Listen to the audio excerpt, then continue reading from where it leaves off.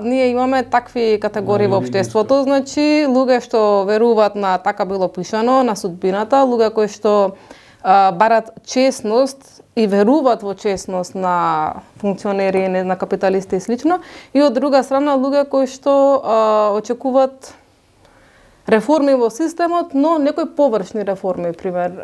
Еве, да речеме да се реформирало судството, па и судството, кој стои позади судството. Значи, што треба да се реформира, тоа се прашањата. Еве, овие несреќи што се спомнуваат сега најмногу за модуларната болница, Бесатранс, Дурмотурс и сега во Кочани, што е Зоран сврзното ткиво на овие 4, да кажам, трагични несреќни случаи?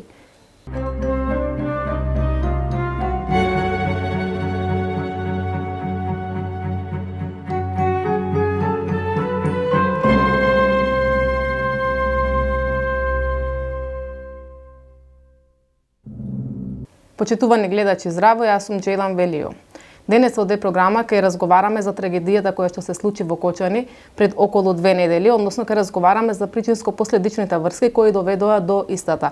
На ова тема ќе зборуваме со другарите Зоран Василевски и Руфат Тешари. Здраво, другари. Здраво. Здраво. Па, Зоран, прво би почнале со тебе. Како еве можеш да го објасниш ова што се случи, да кажам, каде се наоѓа нефункционалноста која што се споменува, еве, да кажам, од сите структури во општеството. Или сите зборуваат за некоја нефункционалност, за одговорност, па каде се состои точно тоа што е испуштено да се направи?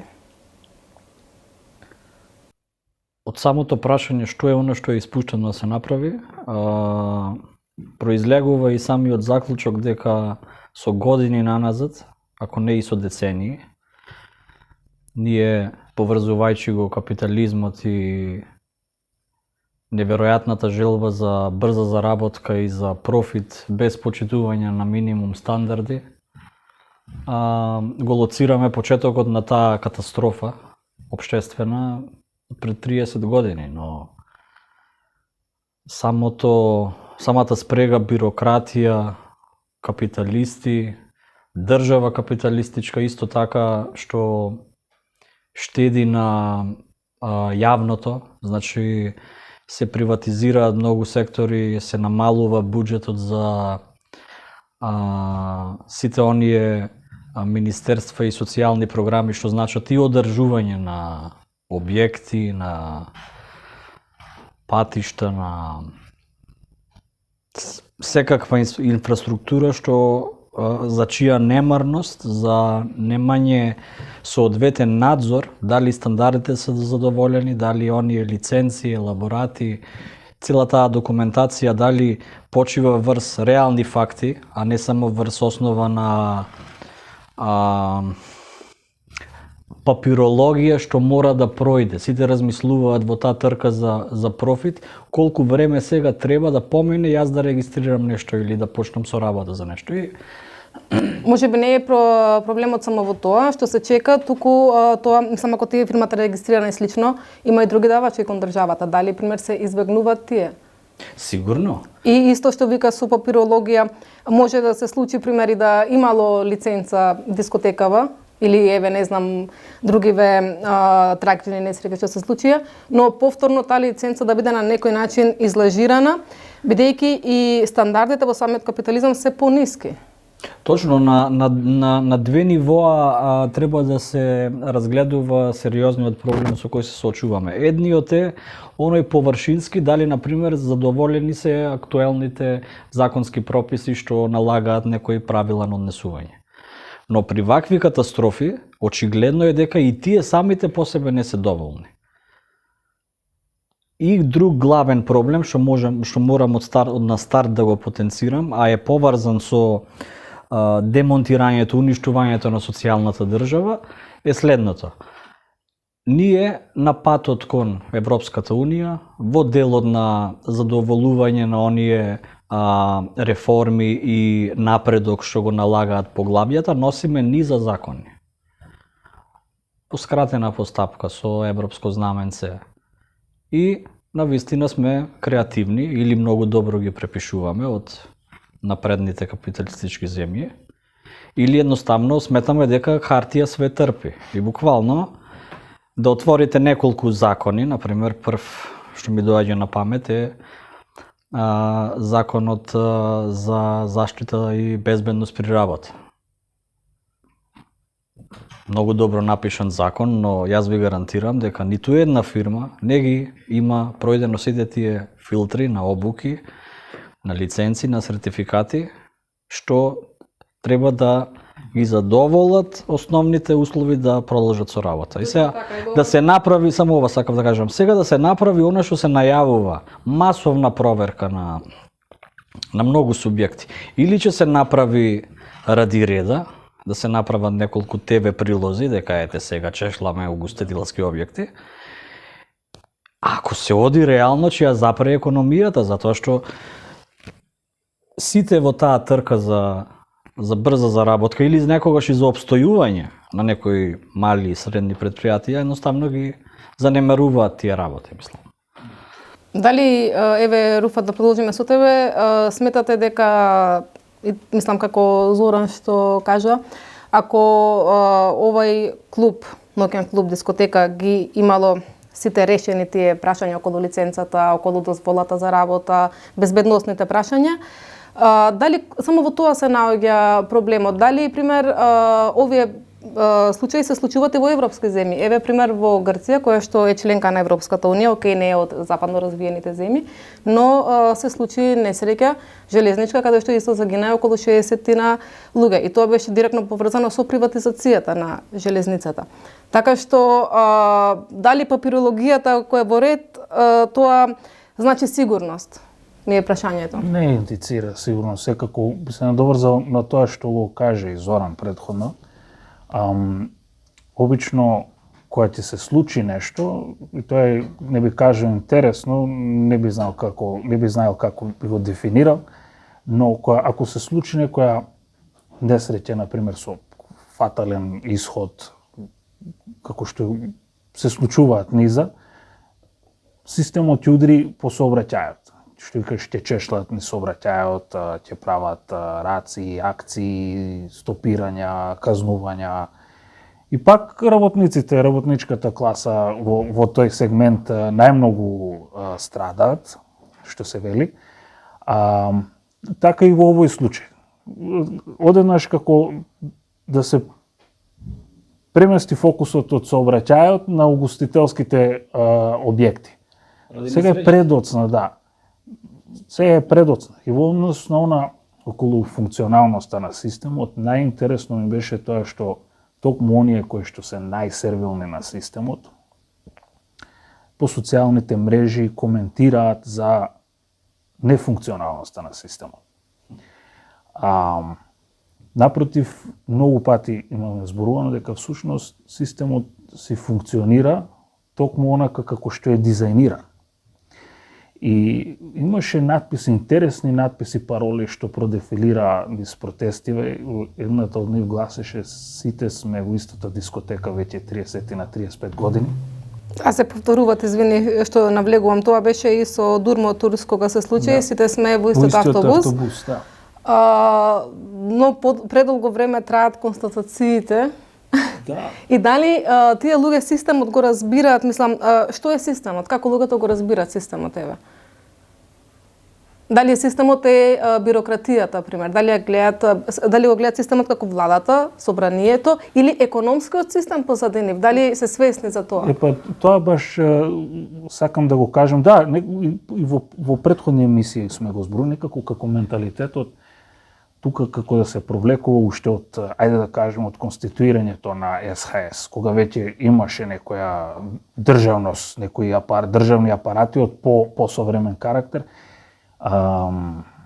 Имаше левичарски струи, особено во Македонија, активни, но го немаше оној интензитет како во Словенија, да кажеме, каде што работниците уште во тоа време издействувале одредени промени во општеството, додека тука како да каснат процесите? Не само како да доцнат, туку како некој стокхолмски синдром што се вели она, знаеш, некој друг да одлучува.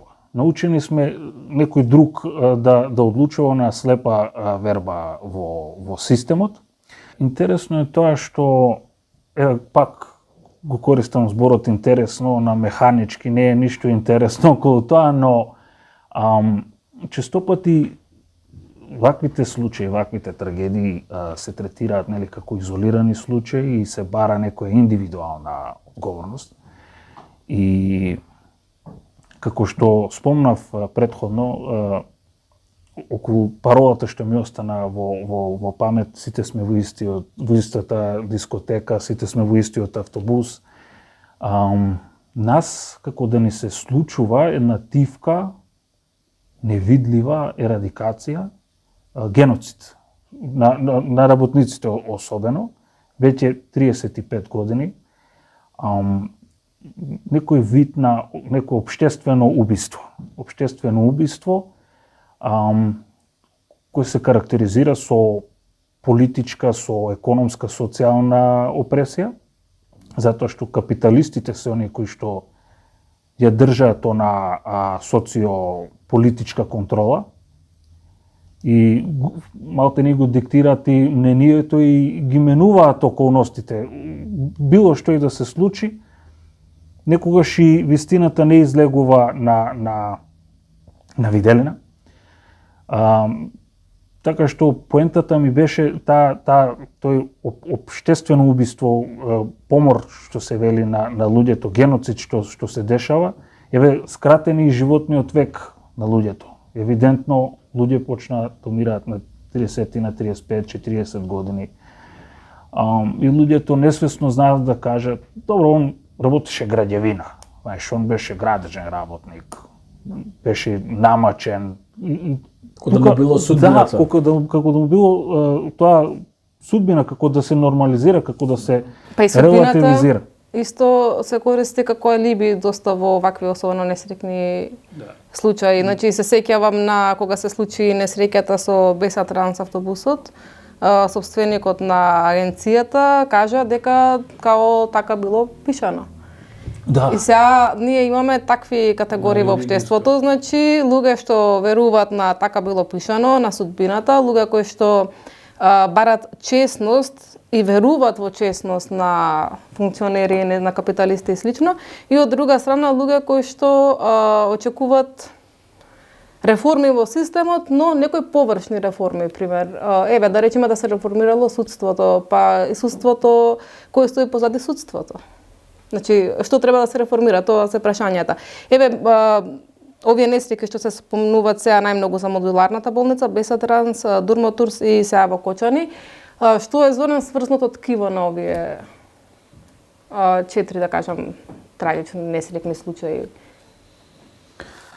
Заедничкото е дека луѓето во овој економски систем претворени во слуги и ресурси, едноставно небитно е дали се возат во небезбедни превозни средства, дали таму младите кои што излегуваат може од нешто навидум минорно да се деси трагедија за која што цел свет ќе зборува и за која што еден град нема никогаш веќе да се опорави во следниве неколку години, ако не и децении. Заедничкото е тоа што го кажав и претходно и за кое гледам дека има напредок во свеста на луѓето дека навистина нешто длабоко, системски, структурно не е во ред. Задача на комунистите е секогаш да објаснуваат дека економските услови и околности ги диктираат појавите, што после некој време стануваат и фатални за многу луѓе и семејства. Да се крати на социјалната држава, да се кратат буџетски средства за инспекцијски служби. Например, не знам дали знаете дека дали знаете дека например трудовата инспекција има број на инспектори, што ако се подели на број на население, не може ни да се спореди, например, на во иста ситуација со бројот на пример нотари, извршители и слично. Трудови инспектори што треба да излезат на терен. Нема традиција на пријавување. Луѓето се многу одамна тука откажани од вербата во системот дека може да ги заштити. Особено работниците сметат дека ќе се навлечат повеќе проблеми. Сега рачунајте во помали места. Например, ако има локален моќник, сите знаат наоколу, вклучително и одговорни очигледно некои лица, дека некој едноставно на сметка на непочитување стандарди, на сметка на изигрување на секакви безбедносни мерки, профитира, си тера бизнис, околу него други терат бизниси на друг начин и едноставно што е битно? Битно е да има настани од кој што некој ќе прави заработка. И сега што е битно, например, на сите тие пастрамели јади, пифти јади, не знам што. Тие се на отворен простор, не може да настане катастрофа.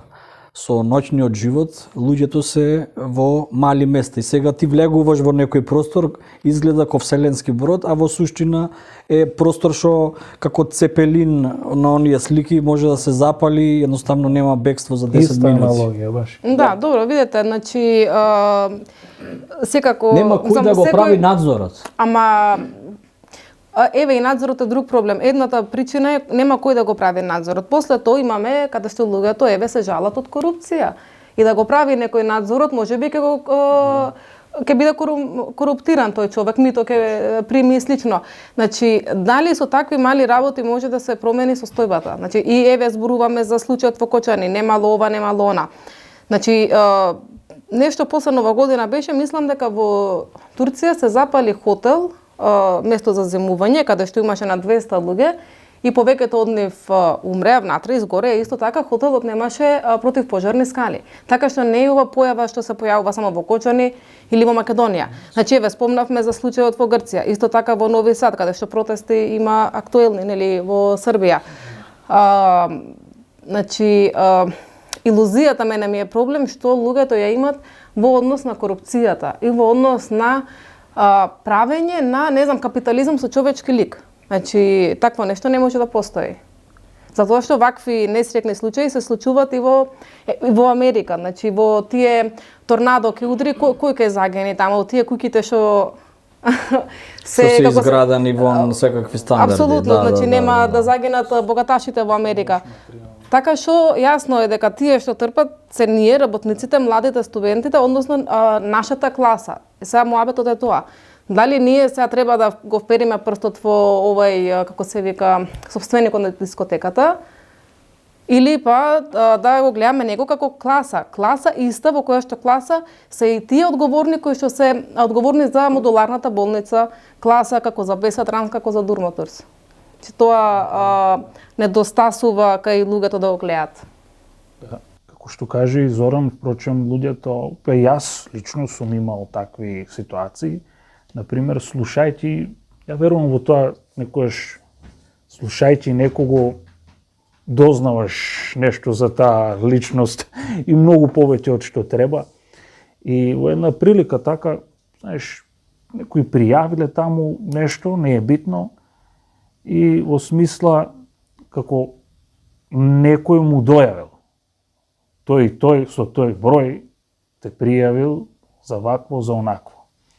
И јас во повеќе наврати, знаеш, горато на ПВЦ, пластика, и тоа, навистина, тој смок е очигледно како може да биде происход, поготоа ако е во пречина отворено. А замисли да си во таа дискотека, во таков објект, во такво нешто. И си велам, ја ти си навлечам белја. Сега ако ги пријавам, знам дека се некои локални моќници што велиш, и ја ти си навлечам белја. Ти ми дојде пред врата, например, пластично речено, но така е. И има уште еден момент околу корупцијата. Луѓето, знаеш, она околу фаќање врски, околу... Луѓето некогаш фаќаат врски дури и легална работа да завршат. Со намера да биде тоа, со интенција За побрзо. да биде не за побрзо, да биде правилно направено. или што викаш и од таа гледна точка. Најмногу врски се фаќаат во здравство. Да се и таму заврши. Да се заврши нешто законски, заврши. она како што е предвидено. Па значи Дали здравство, дали катастар, дали... така што ако постои таков недостаток, ако луѓето треба да фаќаат врски за да завршат некоја работа илегално, така што корупцијата не е сама по себе проблем, не се појавува таа од никаде. Значи има причини за појавата на корупцијата. Значи од една страна значи државата не може да ги даде услугите потребни за граѓаните. Од друга страна, за да ги добијат, тие морат да потплатат, значи, некого. И кој е тука проблем? Системот кој што го дозволува тоа. Значи, сите овие појави не се дојдени од онака, непотизмот дошол, не знам, корупцијата дошла, па ајде сега ќе се бориме. Сите се производ на општеството. Но како што каже и Зоран, тие многу добро знаат како да ги алоцираат средствата. Тие ги алоцираат негде. Еве, не знам дали е дезинформација, дали нема време и ниту желба да истражувам нешто подлабоко околу тоа, нели беше свикано сега као 2 недели речи си собраниски одмор. Да. Собранието одмор. При таква една случка да земат одмор она што се вели, но владата сепак нашла време и простор да додели некому тендер од милиарда денари во висина, нешто така имаше некој наслов. Значи, многу е бесрамно некако во такви моменти. Секако има некои неодложни работи што мора да се сервисираат, но некои работи не се до толку приоритетни за да се користат, да се злоупотребуваат такви случаи како што е. Знаеш што е интересно, не се луѓето изненадени дека ете собранието си тоа е колективен одмор сила. Тоа е најлошо. Јас не мислам дека е лошо, значи тоа е еден буржоаски парламент. Не, сакам да кажам. Целосна смисла на зборот, значи. По целосна смисла на зборот, ако низ пропагандата нас ни делува, мислам, не нас, но на мнозинството дека ете таму нешто може да се реши. Ја ви гарантирам дека утре да се договорат парламент да има од 12 души, представник од секоја политичка партија, исто ќе функционира. И помали трошоци и све. Во друга смисловна... Извини, да, ја во друга насока. Не, работа, баш интеракција околу истото зборуваме. Поентата ми беше на нив не име намерата ние дали ќе им веруваме во однос на тоа што го работат и што ни го презентираат. Впрочем, тоа име намерата на нив да сме индиферентни во однос на да не сме заинтересирани. Впрочем, ја така ја започнав реченицата. Не бев заинтересиран да копам подлабоко. И оној нема да биде, овој нема да биде, и тие се продолжуваат. Тоа име и намерата, повторувајќи ги тие исти сите безсмислици, лаги и така натаму, до тој степен за да ние не бидеме веќе изненадени, да не бидеме шокирани, да бидеме имуни на тоа, на таква тенденција која што се одвива. Или демотивирани за било каков ангажман, ако видиш дека можеш да си вклучен во било каква агенда на некој што утре се бори за власт, има локални избори или не знам, значи исто и таа тенденција исто така многу. Па да, еве сега пример, нели секаде каде што има протести, протестно движење, се умешуваат такви опортунистички, да кажам, струи, структури, партии, други, не знам, движења и слично. Како според вас треба да се води, еве, како да се изрази овој гнев, уствари, бидејќи да немаше па ништо, од друга страна тоа значи дека општеството кај нас скроз умрело и значи не прави ништо, никаква реакција да нема. Значи добро е да има реакција, ама како треба да биде таа реакција насочена за да не оди повторно на контото на буржујските, не знам, партии или струи, бидејќи не е целта, нели, да се смени една структура со друга структура, нешто што сме виделе низ годините во минатото. Како, еве, со студентите се организираат, овие се организираат, оние повторно пленуми и слично. Не знам, многу е измешана ситуацијата, секој све нешто прави. Кој би бил тој, дали заеднички, дали одвоен пат? што треба да се изоди? Како што спомна Руфат дека системот е така конструиран, мене искрено не ме изненадува тоа што владеачката структура реагира како што реагира и опозицијата реагира како што реагира. Значи, во низа ситуации, во низа земји, кога ќе се случи голема трагедија, нормално дека парламентарната демократија налага дека партиите ќе излегуваат со ставови, ќе обвинуваат, има дебатни емисии, има цела една новинарско-телевизиска структура што некогаш и ги насочува работите и едноставно неминовно е да се политизираат трагедиите. Не, види, и треба да се политизираат Во Србија трагедиите. стигна, отиде неколку чекори понапред, да речеме, Поентата ситуацијата. беше оно што се инфилтрираат такви со опортунистички намери. Сваќаш? Тоа беше поентата. Мислам, така и беше формулирано прашањето. И на тоа, еве, мене ми беше интересно и тоа народно кажано, а шиќаре, што се вели, некои фондации, кои што се за мене сомнителни и ирелевантни, и непродуктивни, наоѓаат при таква... Види, не сакам да бидам безобразен. Ја знам честопати да контрирам во однос на такви работи, да посочам чисто, не да ги дефокусирам помладите, но алудирам на ромите. Ќе се разбере во однос на што сакам да кажем и на кого мислам, но некако како да се искористи оваа ситуација, што е за поздрав, во ред, средства да се донираат. Но ја на тоа гледам исто како да се плати, например, на Facebook онаа кампања за органско и неорганско рекламирање, промовирање. И тоа е еден вид на само прокламација, на сами промовирање во одредени ситуации. На тоа гледам само на тој начин го перцепирам. А во однос на тоа исто како што го каже, дали би можело да се унифицира оној револтот и како да се канализира. Ја доколку би кажал како би го канализирал сиот тој револт, прво не би се емитувал, второ многу некако гадно станува. Времено не споредувам сите периоди досега што сум ги осетил јас на кожа што се вели и што сум ги пресведочил во ред на некој начин, некако да се заостри полициската држава. За подесно би можел да одговараш за вербален деликт, отколку за трагедија од ваков размер во одредени инстанции и ситуации. Така што токму исцрпени, дефокусирани луѓе некако тешко да се организираат.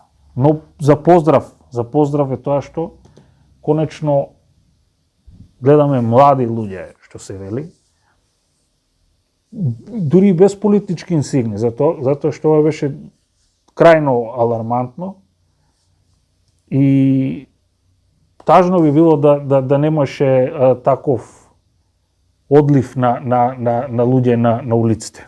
Да го претежно мислам на млади луѓе. Нивната генерација е погодена од несреќата, тие излегуваат по дискотеки сега. Апсолутно добро, мислам тоа сите ги афектира едно цело општество. Тоа може и при други констелации, при друго преголема трагедија за да ги само младите, да. Апсолутно. И при други констелации може да се случи тако. Руфат, како се справи Македонија во оваа состојба? Дали воопшто се справи со оваа ситуација? Имаше, нели, видовме и возач на брза помош почина поради валјда замор, стрес 11 пати возел Скопје Кочани. Така што кои се капацитетите на државата за справување со некоја таква состојба? Не би знаел во оваа ситуација колку и би сакал да звучам да најдам некоја мана што се вели во тоа, да го критикувам. Не знам колку и да е софистицирана една земја, колку и да има јако софистицирано здравство и ресурси за да се справи со нешто такво, сепак ова беше голем удар. Значи 50-тина, 60-тина мртви луѓе имаше, 100-тина и нешто повредени, што се вели. Има доста здравствени центри во светот кои што имаат такви како да кажам, капацитети за справување со такво нешто да санираат такви повреди. Но такви повреди се случуваат можеби 5-6 до 10 годишно, зависи каква е популацијата во таа земја колкава е. Така што баш е доблесно што соседството реагираше така како што реагираше.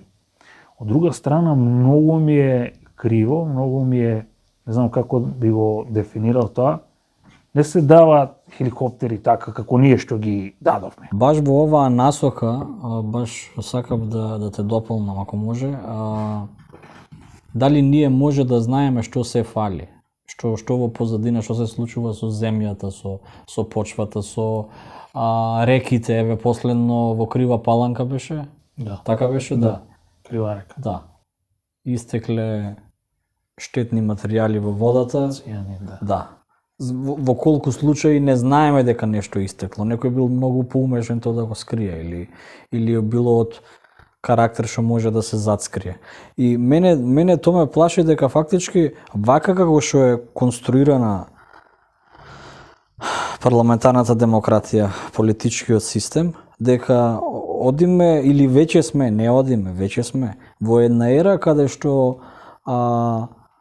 реалноста е она што се сервира како политички пиар, како медиумска содржина. Тоа е реалноста. А виртуелна станува реалноста, па каде што почиваат сите тие работи што подоцна може да направат проблем од не знам какви размери. Еве сега, например, имаме еден вид акција на апсење. И тоа ги задоволува граѓаните затоа што кога некој прави криминал, ти очекуваш да го видиш со рацете врзани и да си отслужи за тоа што го направил. Од друга страна имаме дека во угостителските објекти за една недела све се проверило. И сега тука функционирале. И сега како тука тоа да го коментираш? Ако речеш дека тие проверки биле површни, од каде пак сигурноста да тврдиш дека биле површни? Од друга страна дека нешто што се трупало и се запоставувало со години и со децении дека ти можеш за еден месец сега пред локални избори да го исправиш, и тоа е многу малце, уште помалце веројатно. Значи, јавниот сектор не е профитабилен и затоа често се остава да биде уништен, да не се вложува, да не се реставрира, реновира, да се злоупотребува и слично. И после настапува чинот на приватизација. Кога ќе настапи чинот на приватизација, не можеш ти да биде сигурен во ништо. Значи, во ниту една списа, бидејќи се е купливо со пари во овој систем. Оној што треба да биде проверен, има капитал, што оној што треба да го проверува, фактички може да му стави пребес на очите. Во капитализмот, значи, се е купливо и тоа треба да биде јасно. Значи, исто така и предходно за онкологија, кога се случи проблемот со лековите што ги продавале, па хистерија, некоја леле, докторите, честност, вака така. Значи, секој што работи за пари, во капитализам, мислам, нормално сите работиме, го даваме својот труд, нели, за екзистенција, секој може да биде подкупен од некој, ако не му се условите задоволени. Значи, тој работник на шалтер тамо на онкологија или сестра, не знам, што зема околу минимална плата, значи таа е подложна на подкупување. Секој работник што не е задоволен со основните услуги е подлежен на подкупување и тоа не е нешто ново. Значи тоа е јасно. Како викаме, работниците се продуктивни толку колку што им се задоволени, нели, условите. Така што мислам дека за џабе зборуваме за мито, за корупција, за џабе тие, не знам, некои амерички представници тука доаѓаат да не обучуваат за како да се справиме со корупција и слично, како тоа да не постои во нивните земји. Значи, невозможен е постоењето на капитализмот е невозможно без корупцијата, е составен дел. Така што не можеме ние да се бориме сега со корупцијата, да се бориме со Не знам, и плюс ги одделуваат работите криза во здравството имаше со онкологија. Сега криза имаше, не знам, со друго нешто. Криза со ова, не, тоа е едно, тоа е криза на капитализмот и се појавува во различни сектори, значи зависно од материјалните околности кои што се во моментот. Така што тоа е, мислам, дека најголемата заблуда. И како да кажам, значи најбитно е фокусот да се стави на класно поставеното општество, односно на капитализмот кој што пред се го става профитот, а после човекот. Затоа што кога ние би имале систем кој што пред се како става човекот, нема да се случуваат овие работи, затоа што вредносниот систем ќе те биде како прво различен. Добро. Тоа што велиш, самата злоупотреба на тоа резултира со овако. Еве на пример последни некои објекти од здравствен карактер кои што биле така покапитални изградени. Хрватите често знаат да ми замерат кога коментирам некогаш по социјалните мрежи, ќе постават слика од болницата од Дубрава, војната болница. И јас читав околу тоа, истражував, ме интересува, пошто како здание е интересно, е како плавкаста, како сина, како зеленкаста, модерна градба за тоа време, па и за денес. Мислам дека беше финиширано 88 и тоа е последен некој капитален објект од таков карактер у СФРЈ, што беше последна реч на архитектура во тоа време со се внатре што беше. Не знам сега дали ЈНА го повлече тоа со себе како што направил наша војна болница, делимично, или се вртеа муавете дека дури до штекери, ќебиња и слично инвентар влечеа со себе. Но јас имав една прилика, имаше случајно која сообраќајна незгода, 98-99 и паметам дека еден мој братучет му беше вршена некоја оперативен зафат на колено, нешто така. И тогаш Арама уште беше активна. И внатре имаше војници кои некои боледуваа, може би од стомачни проблеми, ама некои очигледно има и некои фрактури, нешто што се случило во текот на служењето на војното. Но сакам да кажем, имаше кој да го санира тоа, а имаше и цивили. Освен регрути, кои што беа згрижени, нон-стоп, на секои 15 минути вртеа ротори, хеликоптерски. Значи, со хеликоптер ги донасаат оние што треба да се, или дотур на некои нешта што треба да се материјали. Има огромна разлика. Наместо да биде обратно, нели, 25-6 години касније, подоцна што се вели, ние како регресивно, како некоја регресија да сме доживеале. И тоа е све резултат од тоа, како што кажете, од она злоупотреба на јавниот сектор, како што кажете, погрешна или намерна алокација на сите тие средства кои што се алоцираат на таков начин како што се алоцираат.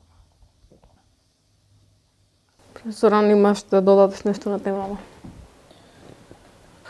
Па, во насока на констатацијата дека околностите ги креираат процесите и дека она што се смета за срж на проблемот, корупцијата, е уствари резултат на многу други работи што се поврзани со економските односи меѓу луѓето во општеството.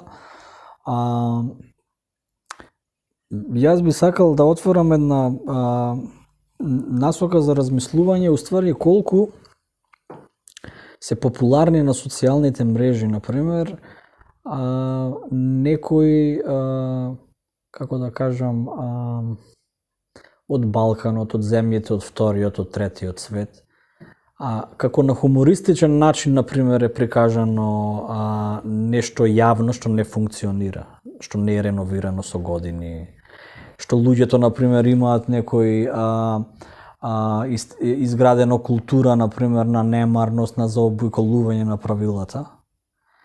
И колку, например, во главите на луѓето е всадено дека се што е ангажман, што не е ти носи тебе брза заработка или профит, е уствари изгубено време. Значи, ако, например, за вакви трагедии што одзедоа животи како не баре сме во војна, ако, например, го прошириме размислувањето уствари кои се други работи што не се коментираат доведува до оваа ситуација, е уствари и самото, например, кој економски реформатор од 90-тите би признал сега дека го уништивме јавното, ги уништивме спасувачките служби, здравствените капацитети, сите работи што може би да придонесат да има помал број на жртви, например. Ако има, например, обука на населението во насока на снаоѓање со вакви несреќи. Ама не, видете, значи не е ова несреќа. Сега не е многу паметно да се збори за тоа зашто милитаризација се случува во Европа. Не, у смисло и се продава под таа фора сега враќањето на воен рок за идно војување, дека ете луѓето ќе научат многу работи цивилни што би им користеле, да, ама во вакви големи катастрофи многу малце се размислува, обично се размислува во црно-бела слика во смисла дали можела скроз да се избегне несреќата и Ама види, Зоран, каква, значи, народна самоодбрана, ако зборува за конкретниот случај, значи, во дискотека со една врата, значи, каква неприменливо е тоа секаде. Значи, ако од друга страна луѓето сами можат да се организираат све да направат, тогаш која е потребата од државата? Тогаш можеме ние скроз да се одречеме од државата. Сега го проширивме разговорот во насока дека ако претходно разговаравме за непочитување на стандарди и злоупотреби, ова што го кажа со вратата, то со модуларна болница, например, исто што беше што веднаш се запали, то секако е во делот дека се кратело на трошоци. се надеваат они на нешто. Јас зборам колку е спремно општеството за справување со идни катастрофи. Ама тие катастрофи идни, општеството се справува со катастрофи, природни катастрофи, кои што кречат земјотрес, поплава, овие, значи, зборуваме за пожари, ние зборуваме, кои што не се природни катастрофи. И каде што и самиот кажа, модуларната болница се запалила за некои 5 до 10 минути. Ти какви сакаш вештини имај, не можеш ништо да направиш ако тоа, значи, горе, како да кажам. Така што овие со за самоорганизирање, народна самоодбрана и слично, да, ние го неаме тоа, значи неаме механизми ниту знаење како да го спроведеме, ама тоа пак има врска со фокусот на нашата земја каде е ставен. Во однос на лиценците што спомна неколку пати во неколку наврати, Зоран би кажал само на пример низ пример. Јас, кога би отворил нелегално или дури легално со измината некоја, не знам, лиценца за работа, например, отпад за железо, да кажем, или отпад за стари коли. Би требало некое време за да им бидам у радар, што се вели, на тие инспекцијски служби, до конкуренција може би ќе те пријави, но тоа е сосема друг карактер, од сосема друга природа. И ќе дојде време, например, ќе ми го адресираат тоа, ќе ме повикаат, ќе ме казнат околу тоа, дека јас работам нелегално. Но како може еден објект од таков тип, кој што се наоѓа, не знам дали се наоѓа во центарот на градот, не е важно, сакам да кажам, тоа е познато. Клуб е еден во градот обично, не се нон-стоп константно се рекламира, значи тука се одржуваат нон-стоп. И имаше преписки помеѓу, не е битно кого, знае јавноста за кого се работи, едниот адресира, значи, лиценцата е неважечка, рецимо 23-та мислам дека беше, овој вели фалсификати министерот. И едниот на другиот се опонираат. Да, се опонираат у смисла немој ти да манипулираш со јавноста, овој немој ти да манипулираш со јавноста со други зборови. Во двата случаи е проблем. Во двата случаи е проблем.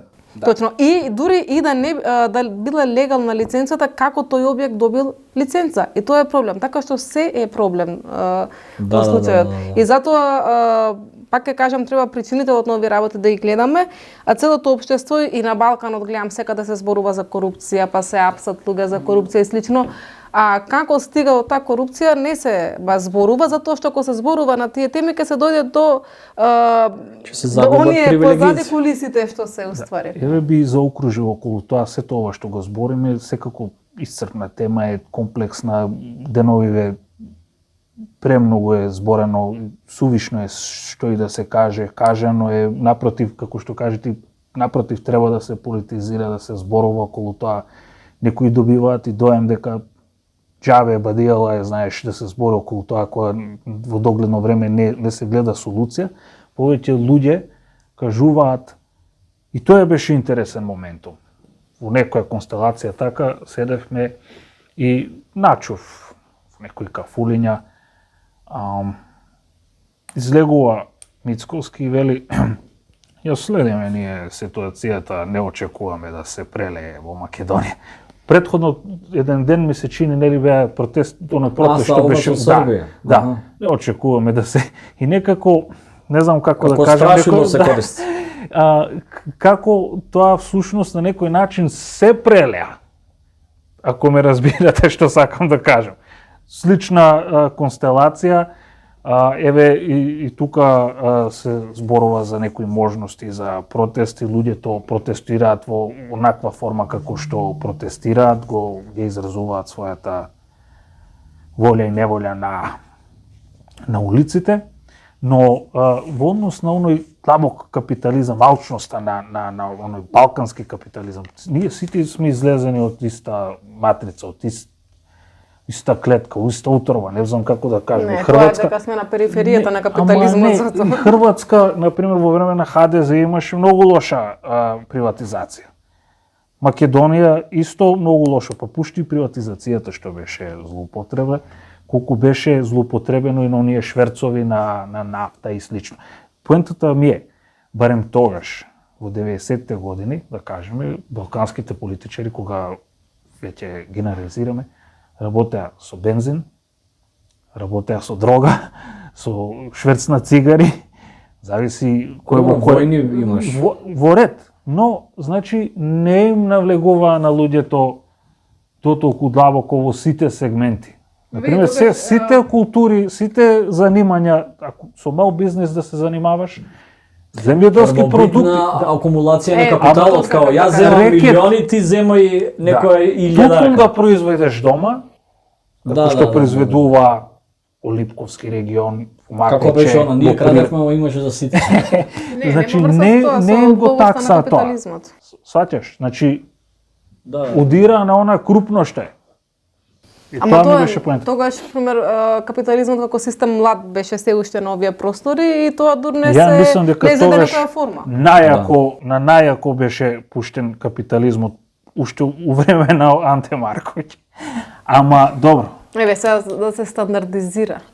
Ова е последново многу клучно што се начна. Во суштина како беше она мирот им одговара на богатите да уживаат во богатството. Да.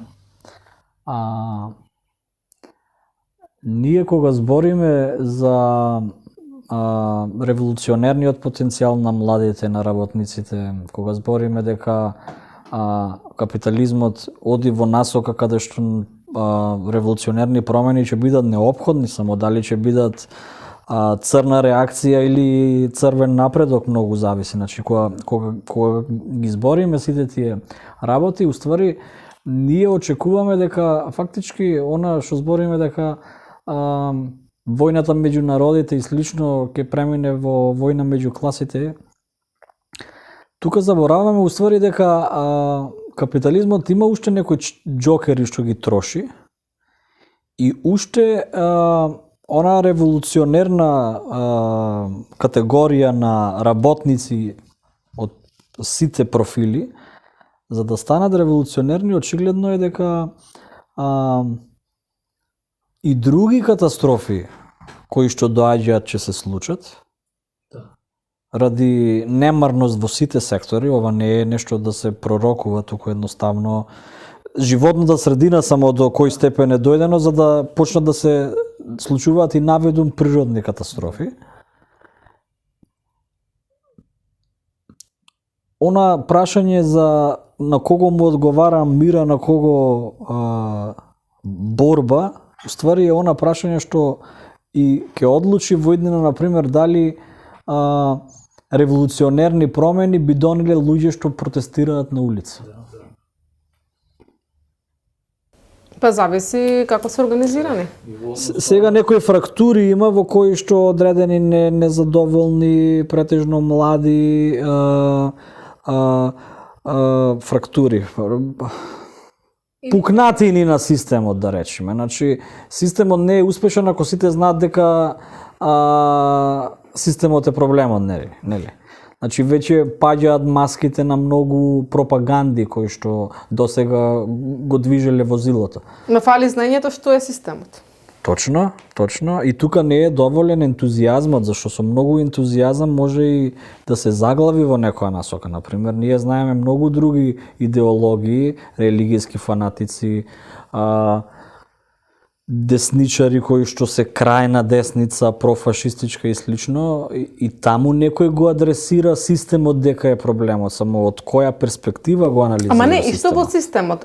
Како што кажа Преска, како го гледа? Дали како нефункционална бирократија се гледа само системот? Дали системот е владата, дали е собранието, дали е судството, дали е она што полицијата? спомнати Сето тоа, капитализам со човечки лик, дали може да се изгради? Апсолутно. Дали може да се реформира системот? Тоа е прашањето. Те сите викаат системот е проблемот. Сите. Значи, порано јас прв пат кога го сретнав тоа, системот е проблемот, имав 15 години, значи пред 18 години. Тогаш многу не се знаеше за системот. Последните, пример, 10 години навака, постојано на мета е системот. Значи, и во земјите, во регионот, валјда, има некое, не знам, политичко едуцирање поголемо кај младите, сега со интернетот повеќе се изложени на да учат повеќе ствари и слично. Значи, како парола, дека системот не чини, дека све не чини, ама што точно? Значи, некој ќе рече слободата на говорот, слободата ваква, таква, не знам што. Економијата никој не ја таргетира. Значи, основата на што почива све, значи профитот. Јас се Тоа е многу надевам. битно да се каже, значи се ова се случува ради профитот, значи дури во конкретните случаи. Дурмотурст профит, Беса Транс профит, модуларна болница, дури имаше од ДИРЛ, значи документарна цела, никој не одговараше, профит. Тука исто така Што е профит. страшно. Значи, мора тоа да се согледа. И врз основа на тоа, значи да се организираат луѓето врз основа на на класна основа, значи мора да се организираат. И ако така се действува, тогаш може да се дојде до некои промени. Инаку вака, значи и ние претходно, мислам не претходно, ние сме луѓе што сме дел од протестни движења. Значи, не знам, прв пат излегов на протест во 2011, мислам дека година, и тоа се продолжува и вие исто така.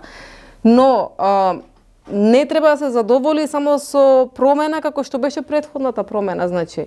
И затоа нормално историските процеси се повторуваат, значи има некои примеси слични и слично, но мора да се внимава на тоа.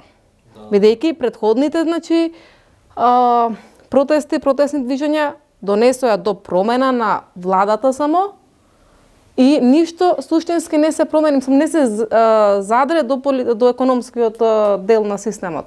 Немаше ни свесност. И затоа сега, ние се сеќаваме, не беше ова пред 50 години, беше пред нецели 10 години.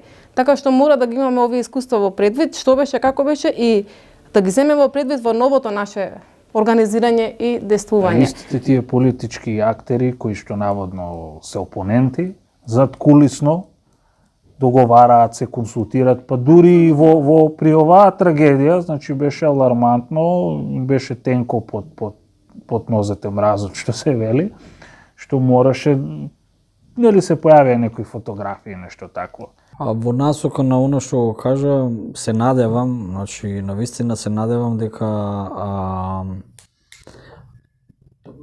луѓето, работниците, нели ни се назва фокусот на интерес, учат од илузиите сопствени. Значи јас не можам да ги обвинам, например, моите родители или роднини, луѓе што ги знам, што, например, во текот на 90-тите имале надежи некој во новиот систем што го градат. Што мислеле дека еве прашање беше на економскиот систем за дали ќе фатиме приклучок со развиен на Западна Европа. И сега, например, има ли надеж сигурно прв пат гласат на такви повеќе партиски избори, иако сите заборават дека се гласало претходно во рамките на работната организација, кај што поменуваме секој ден, што е многу побитно, него на 4 години да гласаш, ама еве да речеме дека имале надеж во 90-тите, дека еве сега не чинеше Бранко, ќе дојди после Лјупчо, па ќе замени Лјупчо, ќе дојди после Грујо, па ќе замени Грујо, ќе дојди после Заев и слично, на крај Мицкоски. Се надевам дека луѓето гледат дека ако буквално продолжиме со сегашната пракса на заглавеност во дневната политика и на заглавеност во она што ќе биде на следните избори, пошто јас ви гарантирам дека 80% од луѓето што коментираат на Facebook, што беа многу од трагедијата во шок, голем дел од нив спроведува некоја агенда пред избори во смисла дека сега треба да се нападне противникот, нели? Прво ти нападни го противникот по некои такви стратегии. И затоа настана ова хаварија каде што малте не имаш контрабомби сега, Значи изгледа влогот е голем, дали да се освои власта поново или да се задржи, и гледам ја едно групирање на два табори. Така да се надевам дека луѓето нема да направат двократна грешка, од една страна со обвинување на секој млад човек што е револтиран во која држава живее, во која држава уште 50 години треба да помени дека буквално цела инфраструктура и надзор и заштита е уништена и дека сака да протестира. Например, имаш луѓе што тие што излегле на протест ги напаѓаат. Од друга страна, имаш други разговори дека некакви сценарија ќе се повторувале од ова, ќе се пресликуваат тоа како да е онака, како да не се битни околностите. Па видете, несреќите се пресликуваат така што може и реакцијата да се преслика, не можеме да знаеме. Затоа што ми беше поентата која сподели. Не знам така тоа колку не треба да биде дополнително предизвикано. На спонтаноста ја многу не полагам веројатност дека сега дека гневот е голем и дека луѓето ќе се самоорганизираат. Некој пак треба да ги организира. Никој тука не е дојден спонтано. Па сега. Стварно, како рече спонтано, окей. Мислам дека се повеќе луѓе не само во држава, туку и во светот, дека почнуваат да сваќаат дека некаква голема идна катастрофа се ближи, например, како што имаш раст на милитаризација на цел континент, во цела земја, планета, значи ако видиш британски тенкови во Естонија, виде последно, да.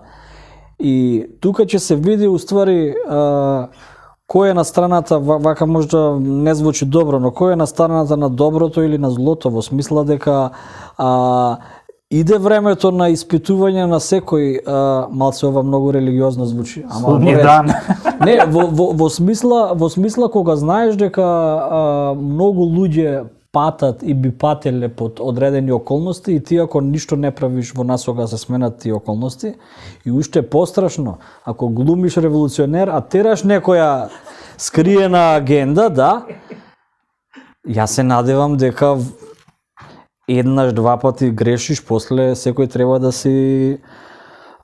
си ги преиспита ставовите ако мисли дека ќе остане во иднина и треба да биде активен чинител во општеството. Значи, она што го збориме политизација, природно ќе дојде на дневен ред како пред секоја ситуација, например, не дај Боже, значи во Втора светска војна, при тие масакри, етнички чистења, злостварства незамисливи.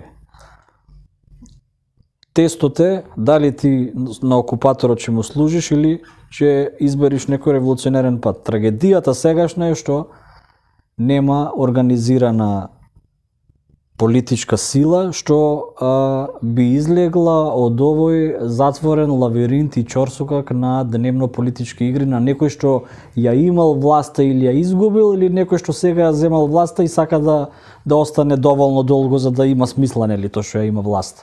Добро, фала другари. Почитувани гледачи, за повеќе емисии следете на YouTube каналот Гласни идеи.